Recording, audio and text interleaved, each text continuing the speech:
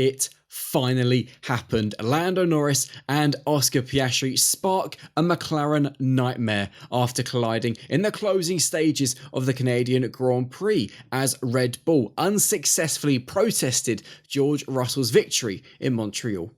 From Racing News 365, my name is Nick Golding, and I'm delighted to be joined, as always, by lead editor Ian Parks. I'm speaking at my quietest volume of the entire Grand Prix week because it is, Ian, 2:36 a.m. Monday morning in the UK. The reason for that is, well, the McLarens clashing on lap 67 has caused complete and utter chaos in Montreal. So let's start, of course, with the two McLarens because, as I mentioned, it finally happened. It's been spoken about by Andrea Stella, by Zach Brown, by both McLaren drivers that it's inevitable this clash is going to happen. Well, it has now happened. All kick-started on lap 66, as I'm sure you're about to explain before. On lap 67, almost reminiscent of what happened in 2011 between Lewis Hamilton and Jenson Button. They were both racing for McLaren. On this occasion, it's Lando. He came out harmed. Yeah, and Lando is probably the most recent one of all of those names that you mentioned. Yeah. To suggest that something was going to happen. I can't imagine he was anticipating it would happen as soon as it did, i.e. the weekend just gone, because literally we are speaking on the early hours of Monday morning. And so 6 hours ago, was it, Nick? Something like that this incident, 7 hours ago that this incident happened.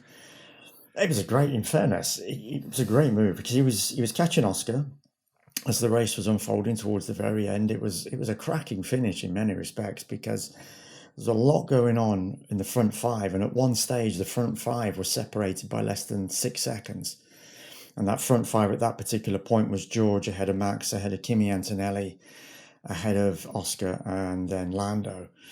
As I say, great move into the hairpin, into turn 10 hairpin, lap 66, and naturally, coming out of it, you've then got that long back straight and great wheel-to-wheel battle going on between the two of them because Lando had just managed to get ahead coming out of the hairpin. Oscar fought back, and then it was, as I say, wheel-to-wheel down that back straight with Lando on the outside, Oscar on the inside. Lando had to brake because Oscar had naturally got the line into the final chicane, but Lando had managed to keep this slipstream going then down the start-finish straight. Lando got the slipstream, as I say, and he went for a gap that wasn't there. He went for a gap that was between Oscar Piastri and the wall, and in doing so, he hit the left rear wheel of Oscar Piastri's car. That forced Lando into the wall, front left broken on his car, out of the race. Very fortunately for Lando Norris, in some respects, he did not take his teammate out of the race. Oscar Piastri, as we know, went on to finish fourth, but it sparked, as you say, chaos because there was a safety car where Lando had left his car. He got no way to find any kind of escape, and safety car came out, and then something else happened. I will quickly point out that all our talking points we will explain in a lot more detail in the podcast on Monday, which is, of course, today in about 10 hours' time we'll be recording it. So we'll go into a lot more details about that then, because actually, to give Lando credit as well, he immediately came out both over the radio and then in the pen, owning up to it, taking full accountability, responsibility, even went and apologised to Oscar on camera. Lando also received a 5-second time penalty. Yes, I know he retired, but it's because he was actually classified in the results. So in a way, a little bit of luck for Lando. But yes, quite fortunate. If you think about that, Nick, they could have given him a grid penalty for the next race in Austria, but for causing a collision, ordinarily it is a time penalty. Now, because he was classified, I think that allowed the stewards to give him that time penalty. If he hadn't have been classified, there could have been a grid penalty for Austria. So, a little bit fortunate perhaps that he doesn't have a grid penalty for Austria. But yes, then the safety car came out. And obviously the race did finish behind the safety car because, of course, for the recovery of Lando Norris's car. George Russell, to his credit, controlled the entire race from pole position. Max Verstappen was in second as well for the entirety of it and looked very solid. But it's fair to say, Ian, there were some games played, it appeared, from the Mercedes driver. At least that's not what the FIA think. Was it games? Wasn't it games? That's to be judged now, but the FIA ultimately have sided with George Russell in particular and Mercedes. So what happened is that Red Bull decided to protest. They protested on two fronts initially. One was on the basis that George Russell had braked aggressively behind the safety car. In doing so, Max Verstappen momentarily overtook him.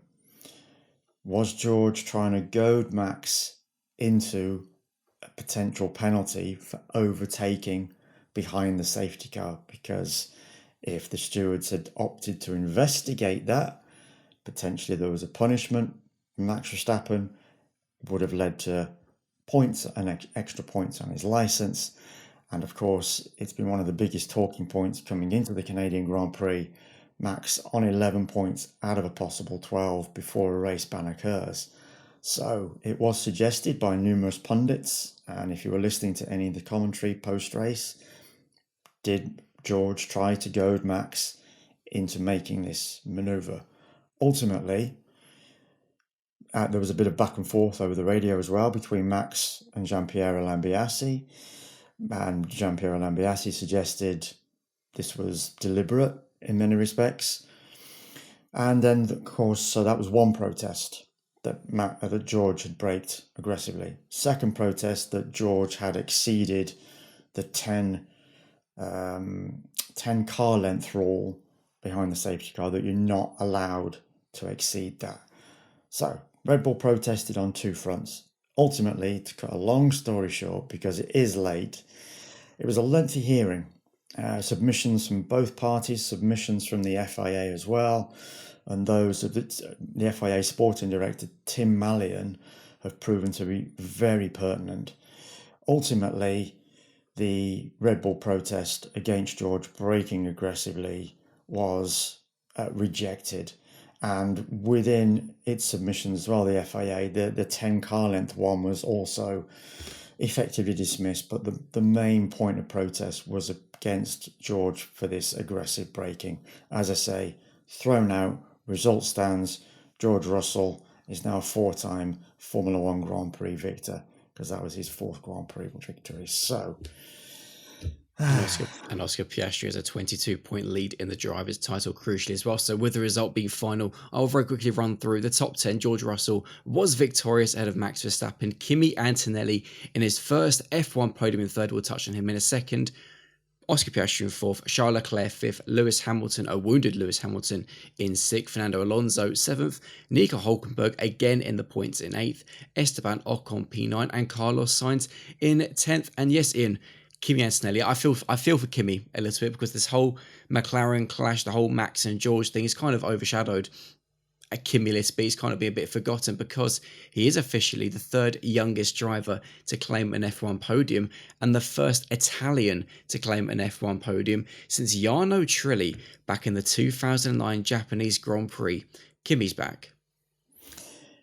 We discussed him post-qualifying, the performance that he put in there to start from 4th on the grid, and that he'd bounced back from a wretched triple header across Europe in Imola, Monaco and Spain. Nothing went for him at all, and question marks are starting to be raised about, had he really got what it takes? Yes, there were some things that obviously went against him mechanically quite naturally, but nevertheless he was in the spotlight a little bit, under a little bit of pressure coming into this weekend to perform, and to his great credit, he has performed and then some. Started 4th on the grid, and he got a great start. And it was that great start, managing to get past Oscar Piastri, that allowed him to go on and claim this podium. Quite a significant podium, not only for himself, his debut podium, but for his home nation of Italy. As you've pointed out, 16 years since an Italian last stood on the podium of a Formula One Grand Prix. So whilst the Italian media who we know have been castigating Ferrari left, right, and centre, and a lot has been made of that coming into this Grand Prix weekend. They have a hero in Kimi Antonelli that they can laud and acclaim. And I guess just to finish things off on Ferrari, I mean, I guess it's a race of what could have been Leclerc finished in fifth. Actually, had really good pace, and we knew that in free practice the session he did take part in an FP3. Of course, it was his mistake in quali, which meant he started towards the back of the top 10. He had to settle for fifth. Lewis Hamilton was losing half a second per lap after losing 20 points of downforce because, well, he did unfortunately harm a groundhog. Lewis himself actually said he was devastated to have hit a groundhog, and ultimately it was the groundhog which hurt Lewis's day. Yeah, just one of those things. We know this can happen at the circuit Gilles Villeneuve. We've seen numerous animals scurrying across the track in the past. There's been many a near miss. And unfortunately for Lewis Hamilton, this is the first time in his entire Grand Prix career that he has unfortunately hit and killed an animal. Lewis was sad. Yeah, quite obviously. He pointed out he's an animal lover. Yeah. It's not something that he would want to happen. The bottom line, as you pointed out, Nick, is that it caused damage to his car. As has been pointed out, 20 points of downforce, pretty much losing about half a second per lap because of that. And that meant that for the majority of that race, he was in no man's land in that top 10, unable to challenge, really no one behind him to challenge him for all intents and purposes. And yeah, it was a very lonely run to sixth position. So at least he got something out of it, but not another weekend for Lewis that he's going to want to forget in a hurry, because again, he's making noises about the fact that this car needs upgrades if he and Charles are to do anything with it for the remainder of the season. Ian, amazing stuff as always. Probably our quickest F1 update of the year, but for very good reasons. As I mentioned, we have got a podcast to record in about 10 hours and a night's sleep to have, well, a morning sleep. If you have enjoyed this F1 update, please do smash the like button, subscribe to the channel. Let us know as well in the comments below your thoughts on the Canadian Grand Prix and any questions you've got from the Grand Prix so that we can make a fan questions video for the Canadian Grand Prix. I'll be very grateful. We'd be very grateful. Please do that. From Ian and I, we will see you in about 10 hours for the podcast. See you later. Take care, folks.